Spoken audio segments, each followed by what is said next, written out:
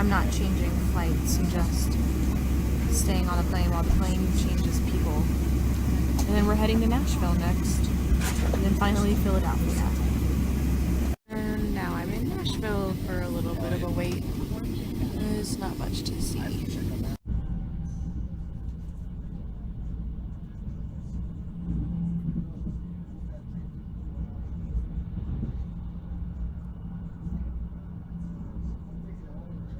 My flight, as you saw, went from Houston to Pensacola, Florida to Nashville, Tennessee.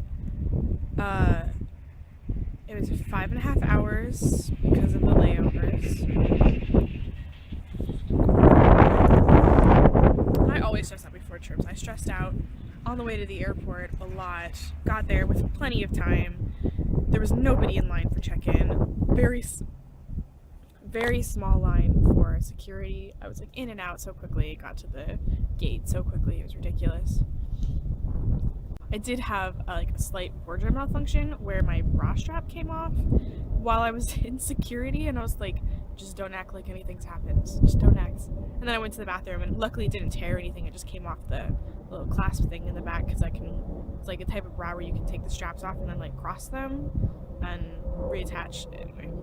Everything that I had originally written for this video was quite dark. I guess that's what I risk by walking alone through the streets of Philadelphia and having only my thoughts to accompany me.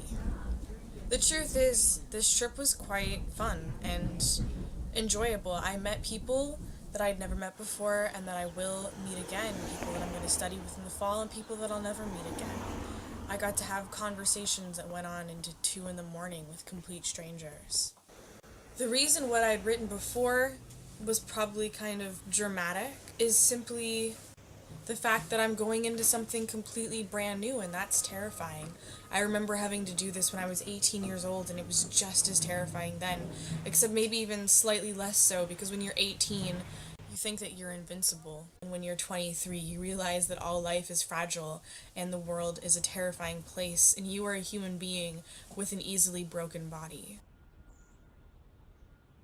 A fucking fool is a baby horse. Right, our guest tonight on I Don't Give a Fuck About Baby Horses is me. But I will only ever live a handful of decades on this planet, and that is a difficult concept to accept. I will never get to live all of the lives that I want to live, and so I seem to be making do with living all the lives in very short bursts.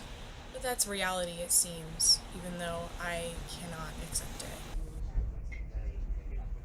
The poem I couldn't stop thinking about the whole trip was A Chance Encounter with Reality by David Jones from Love and Space Dust. I could feel it, every rushing moment. Reality isn't static. It soars and races, blasts against the skin. That's why you have to forget about it. If you concentrate on reality for too long, the force of it rips skin from bone and then blasts bone into the sand and sand into the wind, back into space to build stars and planets. That's how it works, the whole charade. Perhaps I was about to become a star. Reality hates us all, there can be no doubt. It wants to make stars, and it resents us for harboring its atoms.